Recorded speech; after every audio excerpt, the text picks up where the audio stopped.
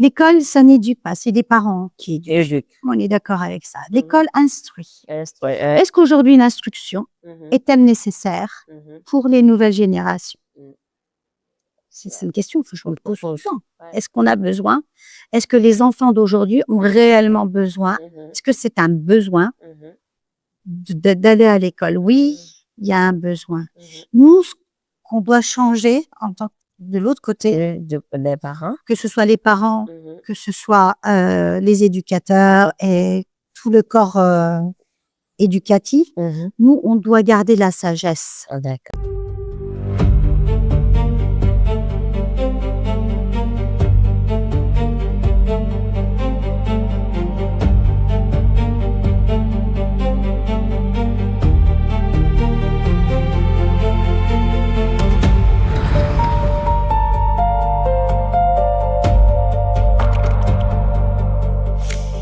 Elles osent, elles dirigent, elles transforment, elles transmettent, elles inspirent. Bienvenue dans Elles sans limite, le podcast qui met en lumière des femmes talentueuses, ambitieuses, audacieuses et visionnaires, qui refusent de se conformer. Ici, nous célébrons celles qui brisent les barrières, tracent leur propre voie et osent vivre sans limite. Aujourd'hui, je suis en compagnie d'une dame, oui, Madame Erkan. Elle nous vient tout droit de la Turquie. Madame Erkan, nasılsınız? Teşekkür ederim. Siz nasılsınız? Elhamdülillah. Hoş geldiniz in El Sans Limites. Teşekkür ederim. Hoş buldum. Teşekkürler.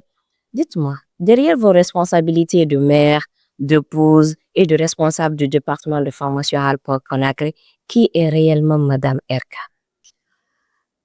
Alors, je vais vous répondre comme ça. Quand je me suis mariée, D'accord? et qu'ils sont venus me chercher à la porte Ok. de chez mon papa, D'accord. nous, on baisse les mains. On quitte le foyer familial initial. On baise la main de nos aînés. D'accord. Et ma grand-mère m'a dit, quand je lui ai baisé la main, ma grand-mère m'a dit, tu sais, ce ne sont pas les perles qui font le collier. D'accord. C'est le fil. C'est le fil, ok. Alors, je pense que je suis le fil. Je suis un fil, un fil qui porte. Okay. Je suis un fil qui supporte, qui maintient. D'accord. Qui rassemble. D'accord. Qui rassemble quoi? Qui rassemble ses trésors. Ok. Car j'ai beaucoup de trésors. D'accord. En fait, je suis quelqu'un de simple. Ok. Dame, je suis quelqu'un, une femme simple, simplement simple. Simple, ok. Oui. J'ai un monde qui est tout petit. Ok. Mon monde est très petit. D'accord. J'aime la lecture. J'aime la peinture. Ok. J'aime la couture. Ok. Et j'aime les cultures. Wow. Je suis curieuse du savoir. Ok. J'aime le partage. D'accord. Et j'aime les échanges. Ok. Et je me prénomme Seval. Ah, Seval. Ça veut dire aimer, acquérir. En turc. Oui. Wow. Je m'appelle Seval. D'accord. Erkan. Voilà comment je peux me définir. Me définir très succincte. Ok, c'est une bonne introduction, c'est une bonne définition. Déjà, je pense que pour les personnes qui parlent turc, votre nom vous définit. On n'a pas besoin de vous demander « Ouais, je le veux parce que je ne comprends pas. » Oui. Merci. Bienvenue, c'est profond ce que vous venez de dire avec l'histoire de votre grand-mère. Nous y reviendrons, nous allons y revenir, Inch'Allah. À quel moment vous avez compris que l'éducation, la transmission du savoir aurait une place importante dans votre vie? Alors, très tôt, je crois. Très tôt. Très tôt. Vous savez, aujourd'hui, avec du recul, je crois que on sait tout très tôt, en fait. On le vit très tôt. D'accord.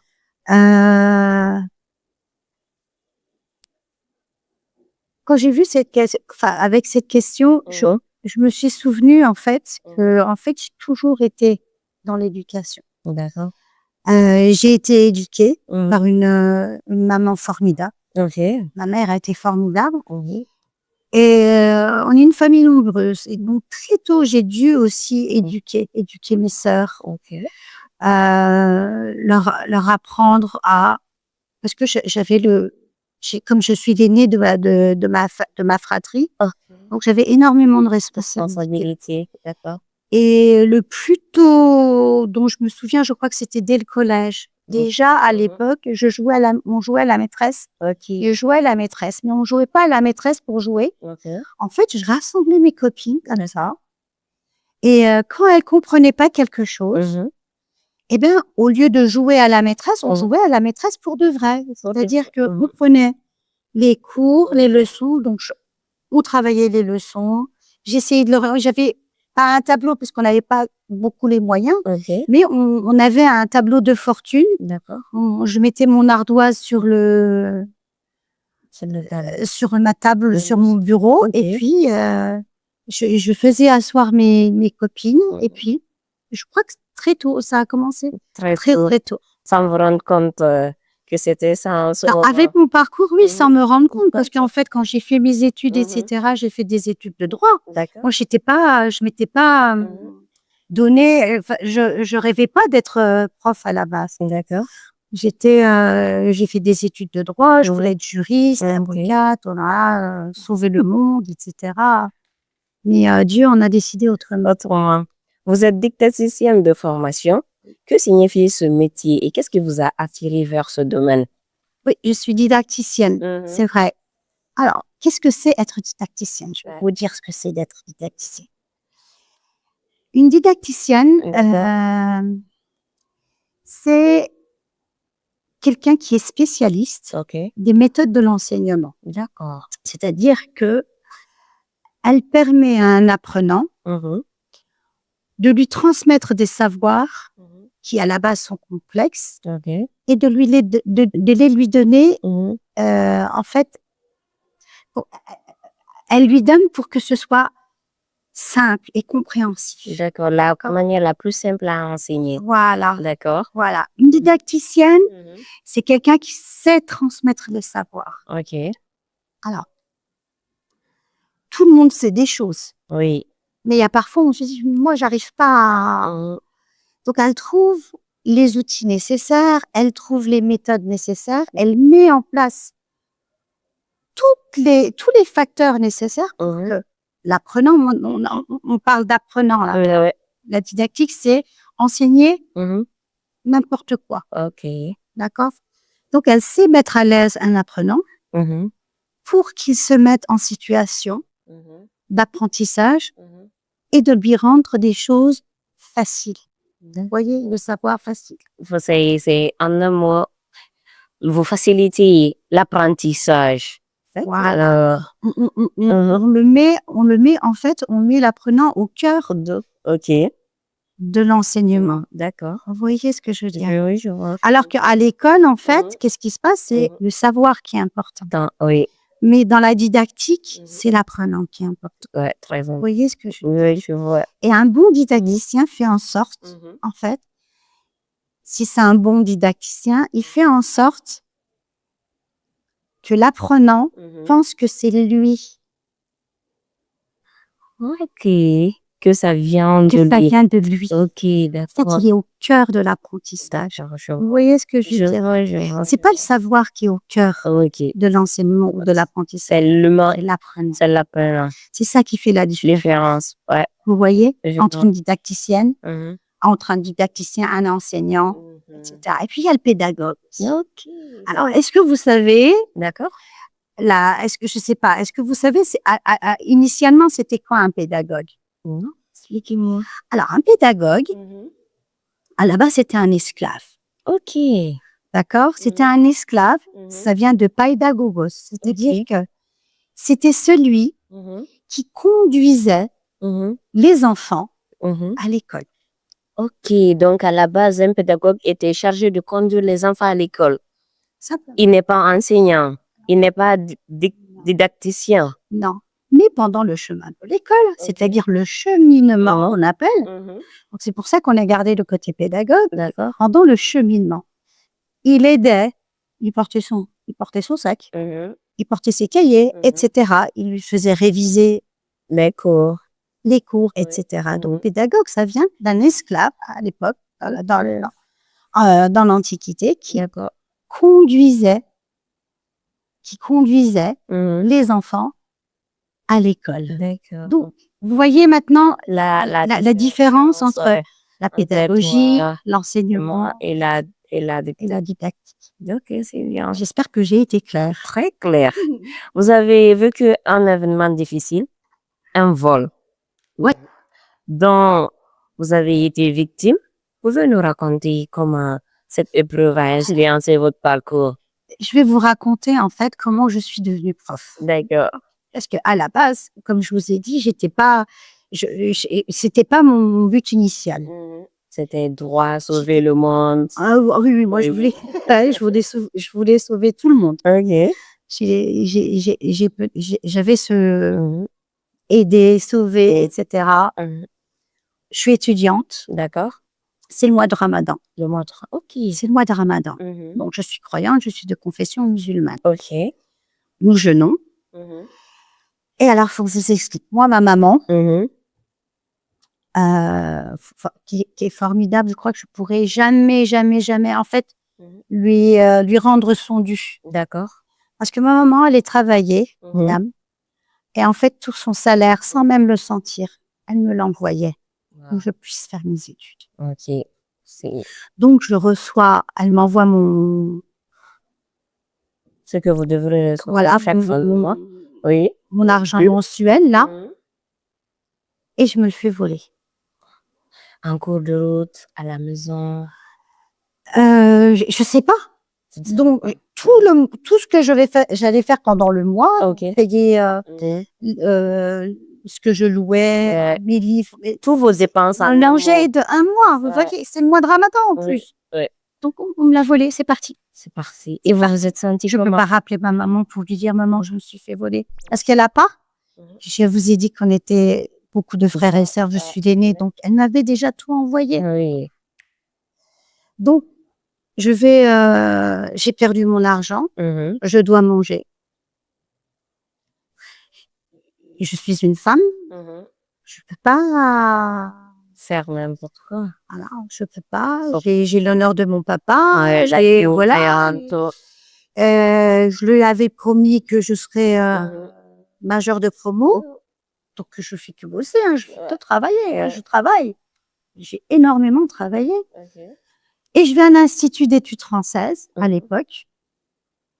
Et puis, donc, on avait l'habitude avec les étudiants, de se retrouver là-bas pour prendre un sandwich, etc. Donc, je suis assise là-bas et je vois l'ascenseur. Et je savais que l'administration était au 7e étage. Je suis jeune, j'étudie encore. D'accord. Et je me lève. J'ai plus au 7e étage. Normalement, on n'a pas le droit d'aller à l'ascenseur. Wow. Vous voyez ce que je veux dire? En ce moment, je rentre dans l'ascenseur, mais je suis pas désespérée, mais je dois agir. Ouais. Et je monte. Au 7e étage. Je monte au 7e étage. Je toque à une porte. J'ouvre la porte et bonjour. Je m'appelle, je suis étudiante, Donc, je lui donne, je me présente succinctement. Et je dis, voilà, je cherche un stage, un travail, comme ça. Voilà, comme ça. À la première porte que j'ouvre comme ça. Je cherche un stage. Et si vous voulez savoir pourquoi, c'est pour de l'argent. Et je sais comme ça, d'une traite. Et la personne d'en face l'a pris comment? Et donc, je me rends compte que c'est un monsieur. D'accord? Je me rends compte que c'est un monsieur. Et il me dit bonjour. Il me dit prenez votre souffle, asseyez-vous. Donc je m'assois. Et il me dit mais vous avez un français. Comme vous me l'avez dit. On m'a toujours dit que j'avais un très bon français. D'accord. Et il me dit mais vous avez un français. Et il me dit reprenez. Mais lentement. Avec lenteur. Et donc je lui explique et je lui redis tout ça. Et il me dit vous n'êtes pas au bon endroit. Il me dit, vous n'êtes pas au bon endroit. Et à l'époque, à cet étage-là, donc je crois que c'était un comptable, voilà. Et il me dit, je vais vous appeler quelqu'un. Et il appelle la directrice des cours. Ok. qui s'appelait Muguette Talaneuf, D'accord. une femme formidable aussi. Et donc, elle comprend, je lui explique la situation, elle comprend, elle me dit, viens faire un stage. Donc, je fais un stage non rémunéré. À l'école? À l'Institut. À l'Institut? À l'Institut d'études françaises. Ouais. Elle me fait faire un stage. Je fais mon premier cours et elle me dit, tu sais, Céval, elle me dit, le premier cours que je fais, elle me dit, t'as tout ce qu'il faut. Il te manque un seul truc.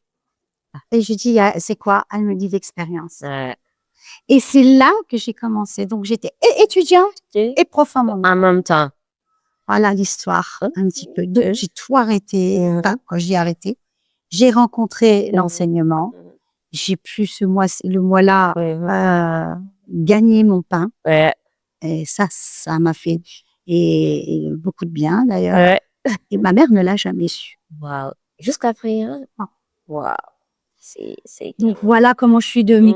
Aujourd'hui, donc, dès que j'ai su qu'on m'avait volé l'argent, j'avais déjà pardonné. Dès qu'il me l'avait volé, j'avais pardonné. J'ai dit, j'espère que celui qui m'a volé en a plus besoin que moi. C'est ce que j'avais dit à l'époque. Aujourd'hui, il m'arrive de penser à ce voleur. Je ne sais pas qui c'est. Et je prie pour lui. Vous priez pour votre voleur? Je le remercie. Oui. Je le remercie parce qu'en fait, ça m'a changé tout mon itinéraire. Donc, je suis devenue prof. Je me suis spécialisée dans la didactique. Et si je suis là aujourd'hui, c'est un peu grâce à lui. Grâce à lui, oui, c'était le preuve ultime. Dans mes prières, je lui fais des doigts. Je lui dis, de mon côté, en tout cas, il est pardonné. Une victime qui prie pour ça. Voilà. Pour son oppresseur, ça, c'est la première nouvelle. Vous êtes vraiment exceptionnel. Merci. Y a-t-il un moment précis où vous vous êtes dit, vous allez transformer cette épreuve en quelque chose de positif? C'est de cette épreuve-là, je pense que c'est... Mais à ce moment, c'était pas venu, au fait. C'est après que vous vous êtes dit, ouais. Ah, bien sûr. Oui, c'est après vous êtes dit. C'est après mon parcours. C'est des années après, parce que, en fait, vous savez, moi, je ne crois pas à la coïncidence. D'accord. Je ne crois pas qu'il y a des coïncidences. Je crois qu'il y a des destinées. Ok. Et je pense que Dieu m'a montré à ce moment-là. À ce que vous étiez. C'est maintenant que j'arrive à dire ça. C'est que, en fait, je me suis fait voler et tout de suite, j'ai pardonné. Tout de suite. Tout de suite, j'ai pardonné. Vous savez, le pardon, c'est pas quelque chose de facile. Et peut-être que moi, j'ai le pardon facile, je ne sais pas, mais j'ai tout de suite pardonné. J'ai dit, j'espère qu'il en avait besoin. Plus que vous. Plus que moi. Et peut-être que Dieu a entendu ça et en fait, il m'a ouvert les portes. Et cette épreuve, c'était une épreuve trop difficile. Oui. Vous êtes jeune, vous êtes loin de votre famille, vous n'avez pas d'argent, vous ne pouvez pas avoir d'argent. Et puis, voilà. Bon. Ça, c'est une de mes plus grosses... après, ça a duré trop longtemps. Ça a duré trop longtemps. J'ai tellement d'histoires. Ça, c'est bien. J'ai tellement d'histoires. Et quels ont été les principaux défis que vous avez rencontrés en vous lançant dans l'enseignement? Alors, là, je vais vous citer un proverbe chinois. D'accord. Moi, j'aime les proverbes. Je suis prof. Ah oui, j'aime les proverbes, j'aime les citations, j'aime les discours, etc. Les poèmes. Vous savez, il y a un proverbe chinois qui dit si vous voulez planifier une année, plantez du riz. Ok. Là, vous le développez pour moi? Si vous voulez planifier une décennie, c'est-à-dire 10 ans, plantez des arbres. D'accord. D'accord. Mais si vous voulez planifier une vie, éduquer la population. Wow. Je crois que j'ai répondu un peu à votre... Les défis, il faut persévérer avec. Il faut pas la vie, c'est pas du tout de nerfs. Il faut jamais baisser les bras. D'accord. Alors, le métier d'enseignant, on a souvent tendance à penser que c'est un métier de femme, que c'est plus facile pour les femmes. etc. Alors que non, parce qu'on a énormément de responsabilités. En tant qu'une femme qui travaille, et elle est enseignant aussi, enseignant, didacticienne, etc. C'est encore plus de responsabilité parce on porte tout l'avenir de notre public, en fait. Ok. Un seul mot qui sort de notre bouche peut tout changer dans sa vie. Donc, on doit faire très attention à ce qu'on dit, à ce qu'on fait. Essayer de le tirer de l'autre côté. S'il est du côté obscur, on va dire, on va le prendre dans le côté. Être femme, c'est pas facile. Vous voyez, il faut qu'on fasse attention à beaucoup, beaucoup de choses. D'accord. Et puis, il y a une chose que je disais souvent, c'est que apprendre, il y a apprendre et il y a apprendre à apprendre. Ok, apprendre à apprendre. Voilà, ce que font les gens en général, des enseignants aussi, c'est ce que je leur disais beaucoup dans mes séminaires. D'accord. Vous ne pouvez pas apprendre quelque chose à quelqu'un. Il faut apprendre à apprendre. À ce moment-là, c'est comme un puzzle, il y a tout qui se met en place. Ouais. Vous voyez? Oui. Donc, on peut faire des erreurs, mais on peut apprendre de ces erreurs. Vous voyez? Tout est profitable à l'apprenant, tout est profitable à la personne, tout est profitable à tout le monde. À partir du moment où on sait comment lui donner, comment mettre en place que lui, il est capable de le faire. Vous voyez ce que je veux dire? Oui, je vois. Voilà. En quoi consiste votre journée type dans... Ah, oui! Ouais. Vous savez, j'ai pas le temps de m'ennuyer. D'accord. Alors, qu'est-ce que je fais? À Alport, mon quotidien, c'est déjà, on est beaucoup dans l'analyse. D'accord. Qu'est-ce qu'on analyse? On analyse les besoins. Les besoins. Donc, quand je rencontre des travailleurs, quand je rencontre des employés, dans leur discours, dans leur manière de dire les choses, j'essaye de voir, d'analyser ce dont ils ont besoin. Ensuite, on prépare des enquêtes aussi pour savoir où il en est. Moi, mon but ici, mon quotidien, mon but ici, c'est augmenter les capacités et les compétences. C'est-à-dire, c'est que si quelqu'un arrive à un point B, donner l'objectif, à un point A, lui donner l'objectif d'arriver à un point B et de le réussir. C'est atteindre son objectif. C'est ça qui est très important. Qu'est-ce qu'on fait?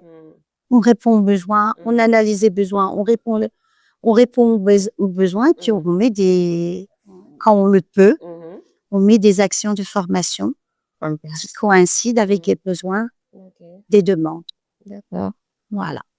C'est ça mon quotidien. Et ça vous passionne? Ah, j'adore. Moi, j'adore. Moi, je suis là où je dois être.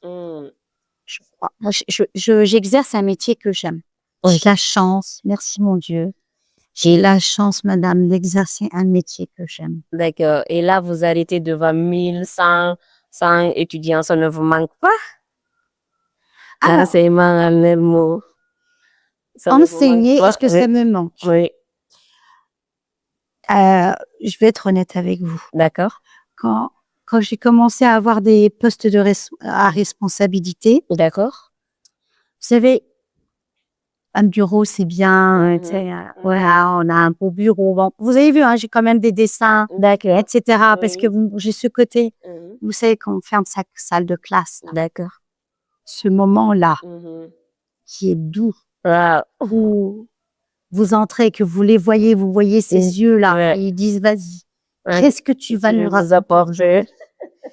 Ça me manque. Pendant 1 an, 2 ans, j'ai rêvé que j'étais dans une salle de classe et que j'enseignais. Moi, j'ai aimé être enseignante.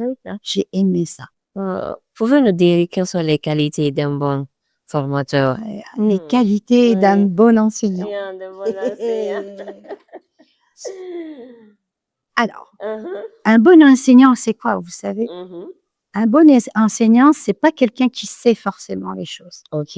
C'est quelqu'un qui sait enfin un formateur, un enseignant. Tout court. Voilà, donc tout ce qui est dans ce domaine, c'est quelqu'un qui sait transmettre. Ouais. C'est la transmission. Ok. C'est éveiller la curiosité. D'accord. Moi, je crois que je vous ai dit que j'étais quelqu'un de curieuse tout à l'heure. Moi, j'ai toujours été très curieuse. Mes enfants aussi, d'ailleurs. En fait, j'ai toujours interrogé les gens. Je crois qu'un bon formateur, c'est quelqu'un qui interroge et qui s'interroge. Ok. Il doit être capable pour n'importe quelle comment dire, pour n'importe quelle question, interrogation ou situation dans l'enseignement, être capable de donner au moins une piste. Ouais. Une piste. On ne peut pas tout savoir. Parce que les élèves me disent, les apprenants ou les élèves, etc., parce que ce sont enseignés dans plusieurs trucs, ils me disaient, Madame, qu'est-ce que ça veut dire comment est-ce qu'on peut traduire? Parce que, ah oui, je voulais oublier de vous dire, en fait, j'ai eu la chance aussi d'enseigner à énormément d'ethnies, c'est-à-dire que, voilà, j'ai eu cette chance. Dieu m'a donné cette chance. Donc, qui n'était pas forcément francophone. Donc, il fallait à chaque fois que je trouve des stratégies. Donc, on n'est pas des dictionnaires. Ouais. Oui, à donner, tu donnes la définition et puis, c'est savoir donner des pistes. Et dire, attends, tu me poses cette question, mais qu'est-ce que tu vas faire de ça? À quel but? Quel est ton but? Est-ce que tu vas l'utiliser? Parce qu'un savoir, c'est un bon savoir. Pour quand est-ce que c'est un bon savoir? On sait tous beaucoup de choses. Oui. Mais est-ce qu'on s'en sert? Est-ce que c'est utile? Voilà, c'est savoir l'utiliser. C'est savoir le transmettre. Il y a des savoirs qu'on a, vous, en tant que maman, je suis sûre, il y a des choses que vous avez dû apprendre sûrement pour vos enfants, pouvoir le transmettre à vos enfants. Effectivement. Donc, alors que dans votre quotidien, vous n'en avez pas besoin. Pas du tout. Vous voyez ce que je veux dire? Donc, un bon formateur, c'est quelqu'un qui sait répondre aux interrogations. D'accord. Et qui sait aussi s'interroger. S'interroger lui-même. Parce que là, avec la nouvelle génération où tout est accessible maintenant, qui se croient qu'ils connaissent tout. Parce que nous, avant, notre génération, on idolâtrait nos maîtres. Tu n'avais pas l'accès. Bon, Dieu merci, vous êtes formateur. Sinon, je me demande comment vous allez faire avec eux. Alors, moi, j'ai une réponse pour ça. Je crois que j'ai réfléchi à ça. J'ai réfléchi, madame, à ça. Est-ce qu'aujourd'hui, l'école est nécessaire? Est-ce qu'on a toujours besoin d'une école pour éduquer nos enfants? Oui. L'éducation, déjà. Alors, la différence entre... Il y a déjà une différence. L'école, ça n'éduque pas. C'est les parents qui éduquent. On est d'accord avec ça. L'école instruit. Est-ce qu'aujourd'hui, l'instruction est-elle nécessaire pour les nouvelles générations? C'est une question que je me pose tout le temps. Est-ce qu'on a besoin? Est-ce que les enfants d'aujourd'hui ont réellement besoin? Est-ce que c'est un besoin d'aller à l'école? Oui, il y a un besoin. Nous, ce qu'on doit changer en tant que de l'autre côté, des parents, que ce soit les parents, que ce soit les éducateurs et tout le corps éducatif, nous, on doit garder la sagesse. D'accord. Ça, la sagesse, vous ne pouvez pas l'avoir dans des machines, ChatGPT, et ni dans les livres. Ok. La sagesse, elle est... c'est quelque chose d'important. D'accord. Donc, on doit garder la sagesse. Ok. Donc, je ne sais pas comment on va faire, mais il faut qu'on trouve des solutions. Moi, en tant que maman, aujourd'hui, en éduquant mes enfants, j'essaie de leur... petit à petit, de leur dire, voilà, tout, on est en train de changer, on a un monde qui change. Le savoir, il change Le jour au lendemain. Le savoir n'a pratiquement plus de... on va pas dire de valeur, mais n'a plus d'intérêt, parce qu'on a accès avec Internet, ChatGPT peut répondre à votre place, etc. Mais la sagesse, je ne sais pas. Donc, j'essaie de donner plus la sagesse à mes enfants que le savoir. Comment conciliez-vous vos responsabilités de mère, d'épouse et de professeur? Bon, moi, je me dis, la question là, franchement, c'est un peu, je me dis, est-ce que ça mérite même? Parce que... Est-ce que ça mérite? Regardez ce que j'ai à dire là. C'est une très longue question. Mais est-ce qu'on va avoir le temps de répondre à cette question? Parce que, en fait, une femme, une mère, je vous ai dit, hein, moi, ma grand-mère, quand je me suis mariée, je n'étais pas une femme. Ouais. J'étais la fille de mon papa. Oui, en ce moment. Vous voyez? Donc, quand elle m'a dit, c'est pas les perles qui font le collier, c'est le fil. Je dis, ah oui. Donc, je pense que c'était important. Et si elle me l'a dit à moi, c'est que, en fait, Ça voulait vous transmettre un il y a une raison. Ouais. Parce que j'allais devenir une femme. Et j'allais travailler. Et donc, je crois, il y a plein de, comment vous... c'est surhumain, en tout cas. On va pas dire surhumain, c'est surhumain. Surhumain. Les hommes, je sais pas s'ils sont capables, on va pas dire humain, mais homme. Oh, ok. C'est, en tant que femme, bon, une femme qui travaille, qui a des enfants. Et qui doit être l'épouse aussi, en même temps, les trois qualités. Moi, je veux dire des conseils, parce que si là, on se met à raconter tout, on va passer toute la journée ici. Oui, je crois que les conseils que j'aurais à donner pour conseiller, je crois qu'il faut de l'organisation. Ouais, l'organisation. Est-ce que Madame Elkan, il y a le juste milieu entre les trois là? Parce que je vois beaucoup sont fatigués à cause de ça. Ils veulent tout le temps être présents. Mais est-ce qu'il y a une possibilité d'être et comment dirais-je, juste avec ces trois, être mère, être l'épouse et être la femme qui travaille. La femme peut le faire. Ouais. La femme peut le faire. La femme, vous savez, la femme, c'est elle qui est capable. La femme, elle est capable. Mais on lui dit pas assez. Ok. On lui dit pas assez. La femme porte un enfant pendant 9 mois. Ok. Une femelle, on va dire la femme, la femelle. Il y a pas un autre être qui est capable de le faire. Vous savez ce que c'est de porter, de donner, c'est Allah qui donne la vie, mais de porter cet enfant pendant 9 mois, tout le changement. Il y a le changement du bébé, de l'embryon. Il y a toute cette vie qui prend, qui prend forme. Puis aussi, moi, on change aussi à l'intérieur, à l'extérieur. Ouais. Et puis on redevient. Allah, il nous a créés comme ça, c'est possible. La femme, est possible de le faire. Bah, parce que Dieu l'a créé de cette manière. Ah, d'accord. Ok, les conseils, vous avez dit, il faut de l'organisation, d'accord? C'est celle qui se lève avant tout le monde, qui se couche après tout le monde. Bon, beaucoup de vitamines. Beaucoup de vitamines. Je pense que la femme, comme je vous ai dit, elle a des pouvoirs surhumains. Beaucoup d'organisation. Mais rien n'est impossible. Pour nous. Elles sans limite. Elles n'ont pas de limite. Au cours de votre carrière, avez-vous déjà dû faire face à des préjugés ou à des obstacles liés à votre genre? Alors, au cours de ma carrière, j'ai dû faire face, bien sûr, à maintes reprises. D'accord. À maintes reprises. Ok. Regardez, je vais vous expliquer encore quelque chose. On va à un entretien d'embauche comme ça, d'accord, avec mon époux. D'accord. C'était pour lui. Ok. Et on est en Turquie. Je vous mets dans la situation. On est en Turquie. Puis en Turquie, vous savez, les femmes de mon âge, elles sont pas forcément. Bon, la Turquie, il y a tout un cheminement. Hein. Les filles ne faisaient pas forcément des études. Il y a des barrières. Il y avait des barrières. Okay, tout ça s'est brisé dans les années 90. Mais en général, des femmes de mon âge, des working women, qui ont fait des longues études en tant que fille turque, c'était très rare. Wow. D'accord. Donc, on va à un entretien d'embauche comme ça. Donc, je suis une femme. Donc, on ne fait pas attention à moi, absolument pas. Hein. Donc, je suis avec mon mari. Et puis, le monsieur, là, on a une expression. Vous savez, en Guinée, on dit djadja. Enfin, djadja pour dire grande sœur. Oui. Djadja. Allah.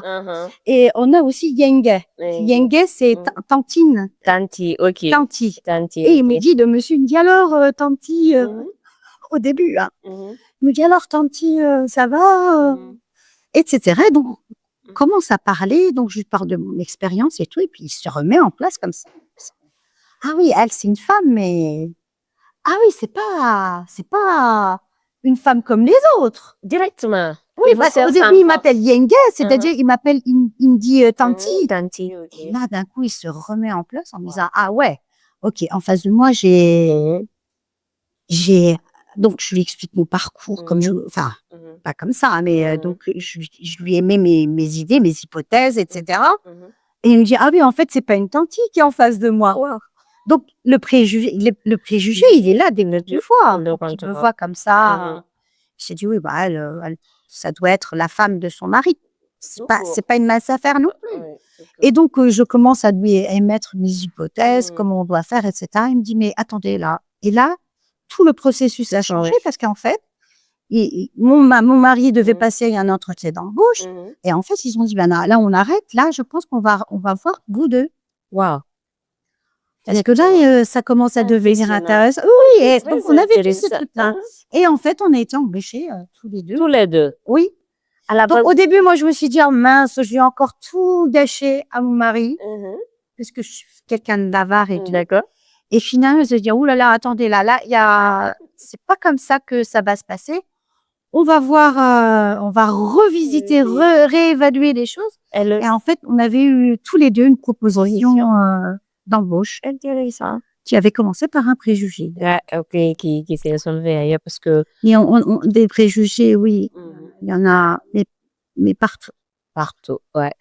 C'est à nous quand même d'essayer de les démontrer que c'est pas comme ça, comme vous l'avez fait. Il faut être patient, il faut avoir de la répartie. Il faut savoir, comme je vous ai dit, savoir amener les choses. C'est important. Donc, la femme est capable de le faire, parce que la femme... Quel est le moment dont vous êtes plus fière dans votre parcours? Dans mon parcours, oui, j'en ai plein. Ouais, j'en ai plein.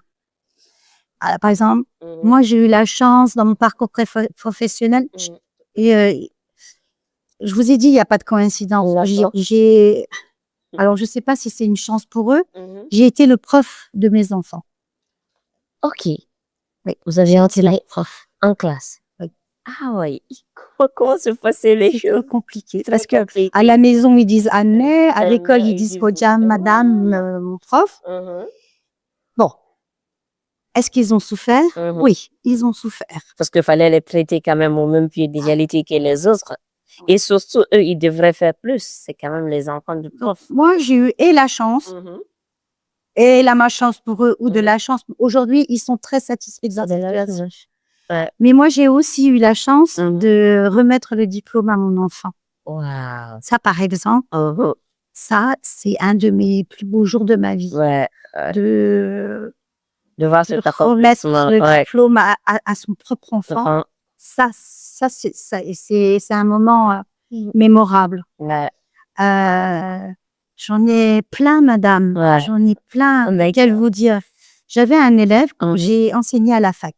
J'étais enseignante à la fac. Et j'avais un élève qui était très doué. Ok. Très, très doué. Très, très, très, très doué. D'accord. Et il était tout le temps dans le... Il me disait, tu vas voir. Moi, je leur autorisais à me tutoyer. D'accord. Je dis, tu vas voir. C'est pas con. Hein? C'est pas con. Ouais, bon, après, moi, mon objectif, c'était qu'ils apprennent. Ouais, c'est ça. De quelque manière que ce soit. Ouais. Donc, si c'est un petit tutoiement, c'est pas grave. Ça les facilite l'accès.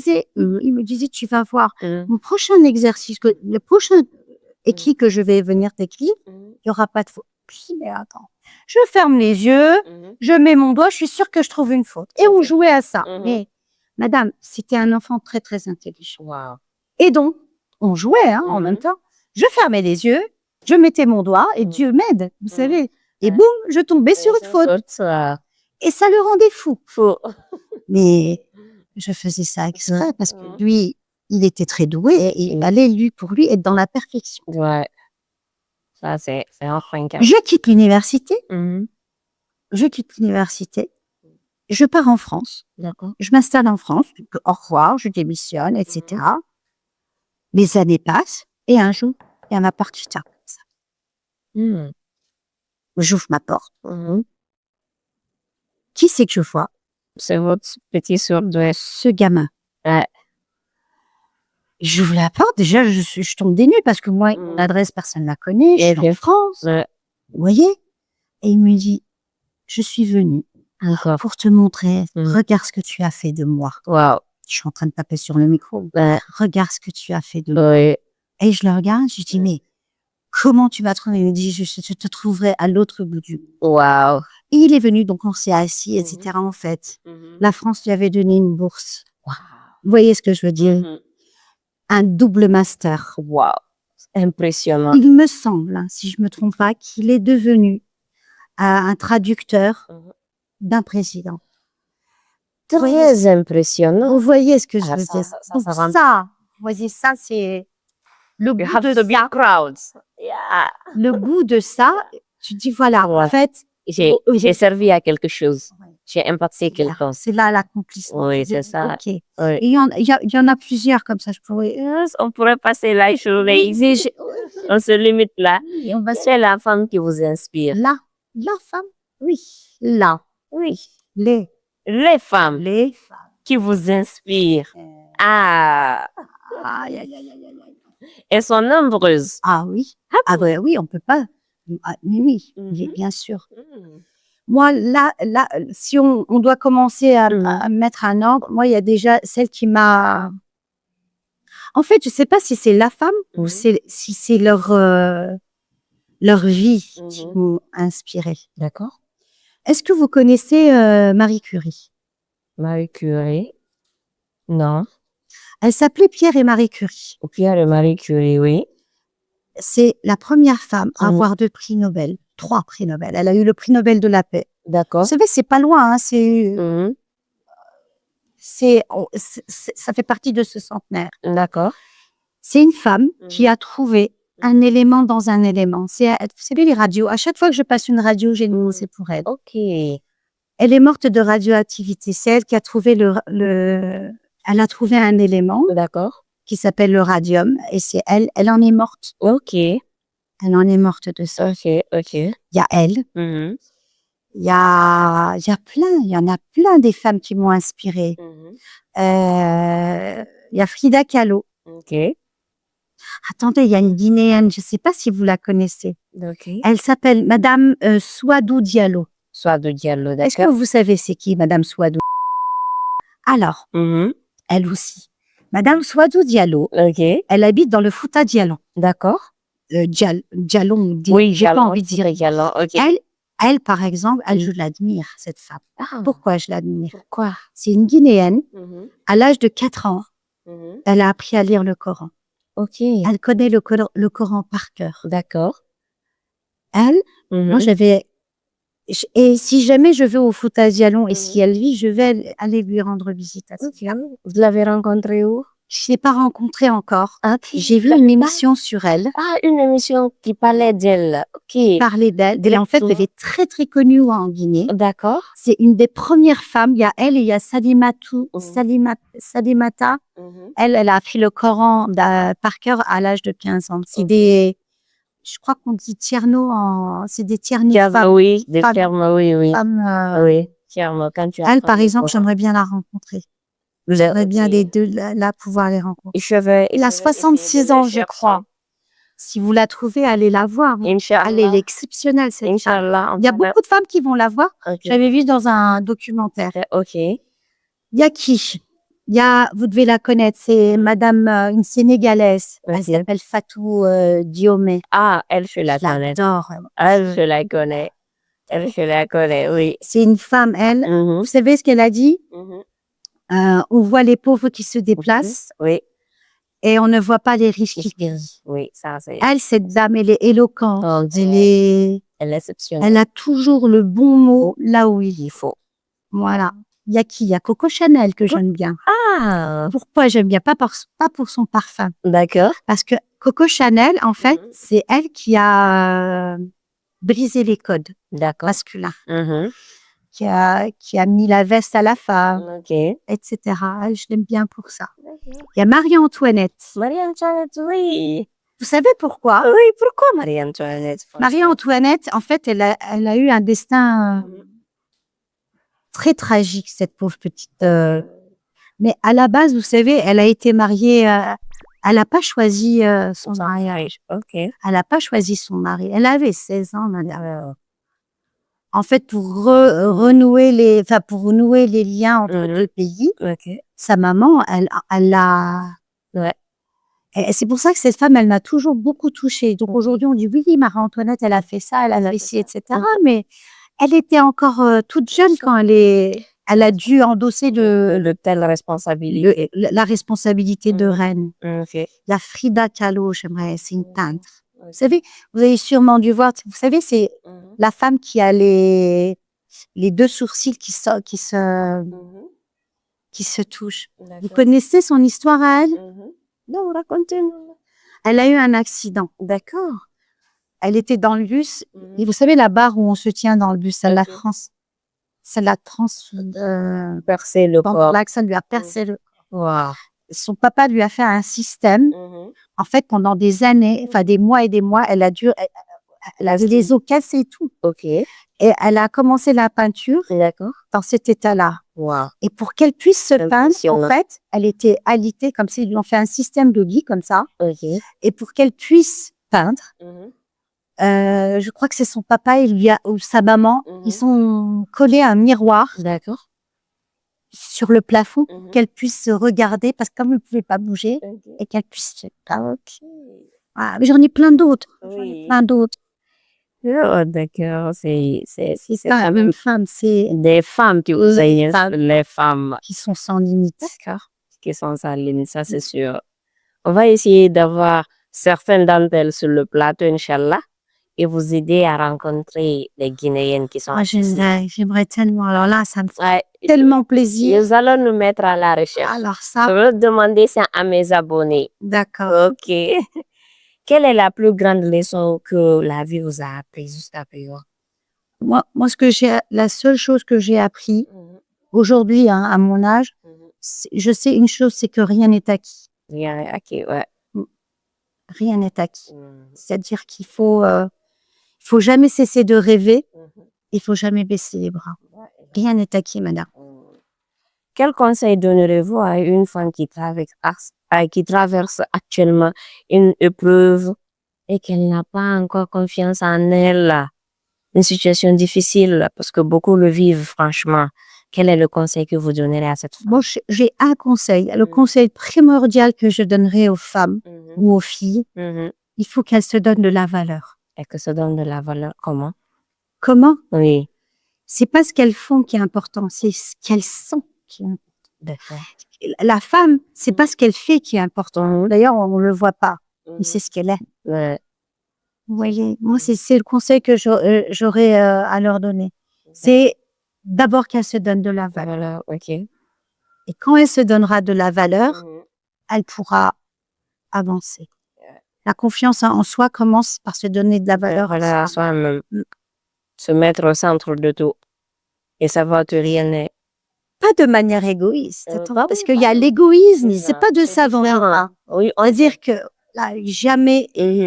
Voilà, si elle se donne de la valeur, son père lui donnera de la valeur, son frère lui donnera de la valeur, son mari lui donnera de la valeur, son employeur lui donnera de la valeur. Donc, elle ne doit pas laisser passer. Bon, on va dire qu'elle va être au centre d'elle-même. S'aimer avant d'aimer les autres, tout en ne pas oublier les autres aussi.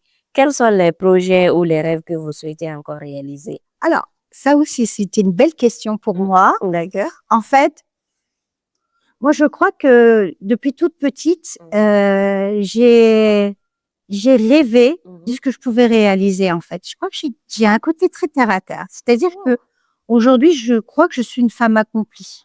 D'accord? J'ai pas fini d'apprendre. Ça, c'est autre chose. Je me donne des défis. Des défis. Okay. Si vous saviez les défis que je me donne.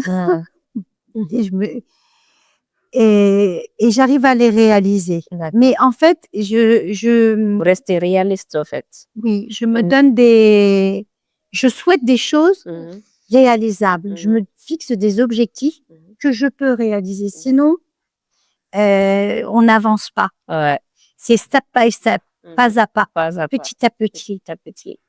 Donc, faut pas mettre la barre très haut, mais à chaque fois qu'on a atteint, donc c'est comme un escalier. À chaque fois qu'on a atteint, vous savez, l'escalier, c'est le monter qui est le plus difficile. Ouais. Donc, au lieu de se dire, ah, bah, je vais sauter 4 marches d'un coup. Non, je vais prendre une marche. Quand j'aurai la marche là, c'est bien la deuxième marche, la troisième, ainsi de suite, juste arriver au sommet. Aujourd'hui, je crois que je suis une maman, une femme accomplie parce que tout ce que j'ai souhaité, je l'ai obtenu. Ça fait combien d'années vous êtes en Guinée? Ça fait 8 ramadans. 8 ramadans? Et 8 fêtes. Oui. Et comment vous trouvez le pays? Alors, moi, quand je suis arrivée en Guinée, d'accord, il y avait une dame qui m'avait dit, vous savez, la Guinée n'attire pas, elle retient. Elle retient. Ah, ça, c'est sûr.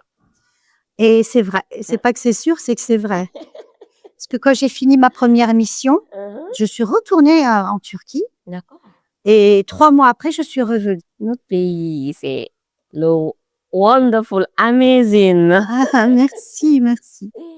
Vous allez quand même dire aux autres, c'est la première fois en Afrique, non?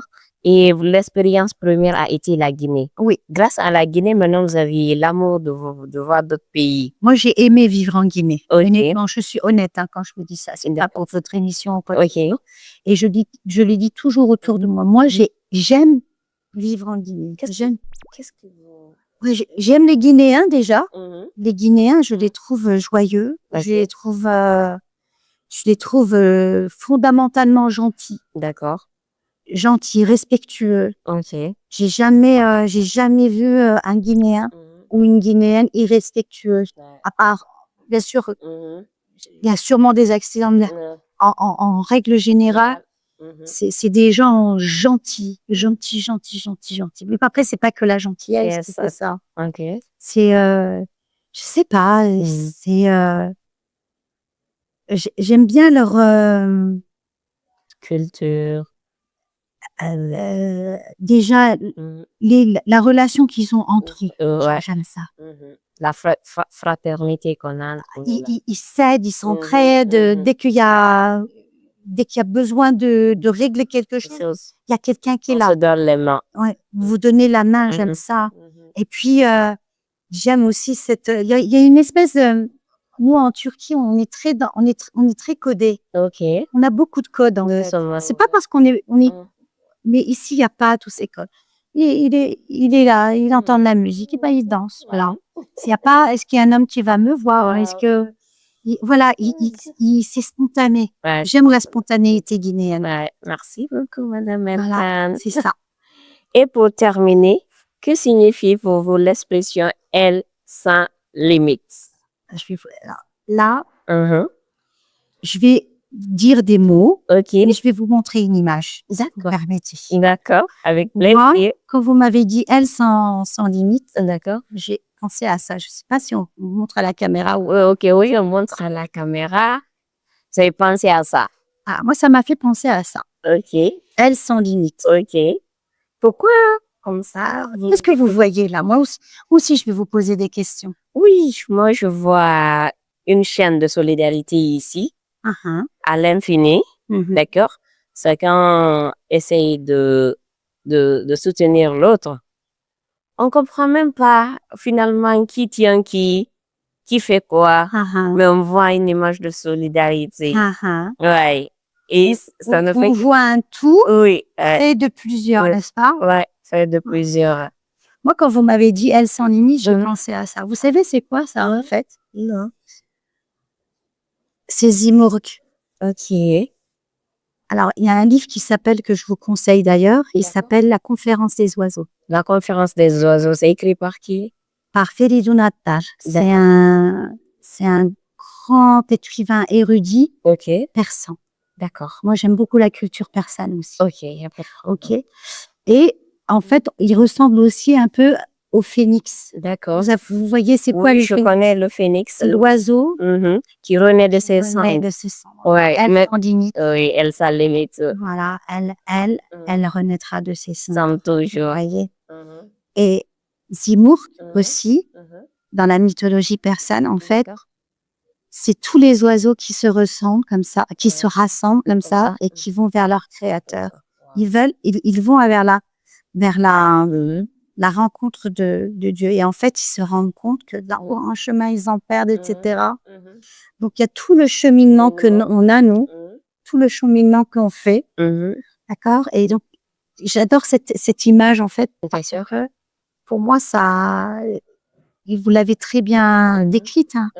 C'est l'unité. C'est l'unité. À plus, on est une seule. J'ai aussi alors, ça aussi. Mais ça, vous savez, ça tombe.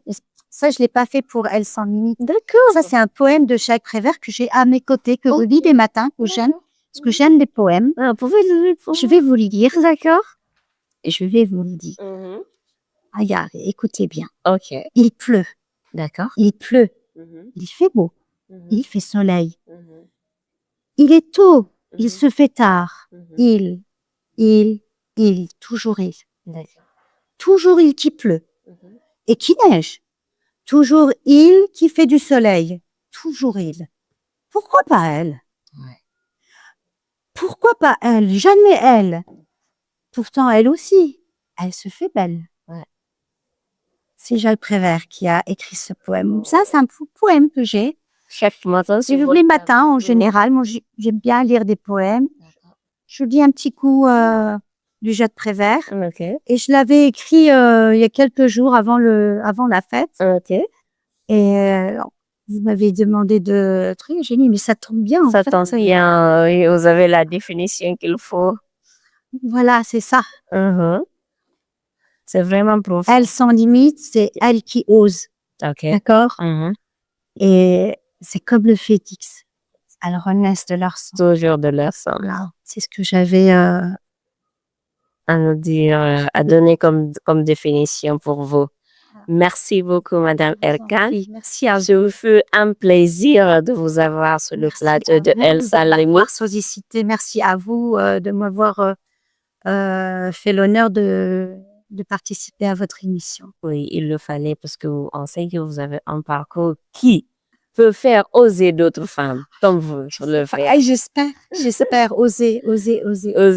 Merci beaucoup. Vous venez d'écouter Madame Erkan. Je vous prie, s'il vous plaît, de très bien suivre ce podcast et de rester abonné. À la prochaine. Merci beaucoup.